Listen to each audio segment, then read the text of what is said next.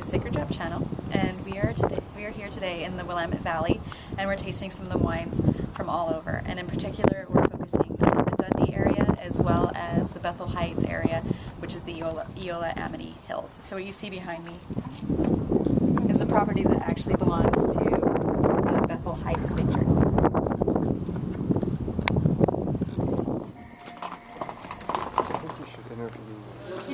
So Ted, tell me a little bit about Bethel Heights. Well, we've been here since 1977, which makes us one of the oldest producers in our neighborhood here in the Eola Hills. We started as a vineyard. The original Bethel Heights Vineyard was 50 acres. Most of it actually is still here. We've been very fortunate that our own rooted vines have survived so far. A lot of the original vineyards have fallen to phylloxera. Right, and so these are all originally planted? They were planted on their own roots in the late 70s, most of the main parts of Bethel Heights. What we did when phylloxera was discovered in commercial viticulture in 1990, it was actually August of 1990, is that we just developed a plan to get rid of the things that we weren't making any money on, so that when phylloxera finally became a problem here, that we would have made at least a strong step toward the replanting. Right. And I actually moved water rights in the last few years and other things to prepare. But our old vines are still actually doing remarkably well. So we're waiting until, we have to before we deal with it. We're about, we actually now have 3 vineyards, Bethel Heights, and then the Justice Vineyard, which sits down to the south here. Okay. And then another 3rd vineyard over by a little town called Hopewell, which is called Ingram Lane. Okay. So it gives us now about 100 acres of wine grapes, which the kids who are taking over the business decide it's about as big as they want to be.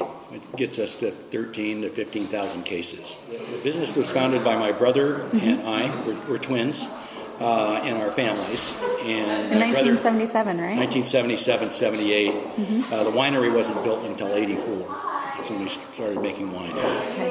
And your first vintage was in 1981, is that correct? Pardon me? Your first vintage was in 1981, or was it? Well, the first vintage where we actually sold wine grapes, and then we continued to sell until 84, when we took a portion of what we were growing. We were still a commercial vineyard until the 1990s, and selling to some friends and that sort of thing.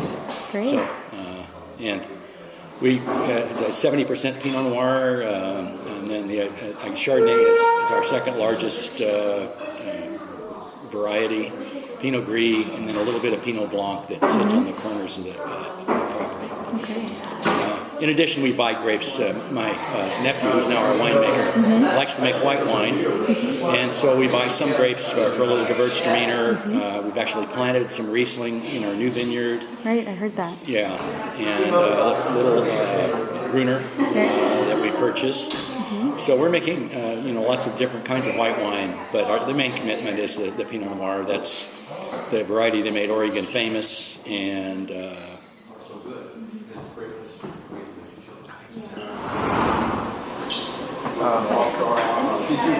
did you tell the insurance company that they were right? Because they saw were doing. Where did you get them in the right light? Sharon. You got a lot of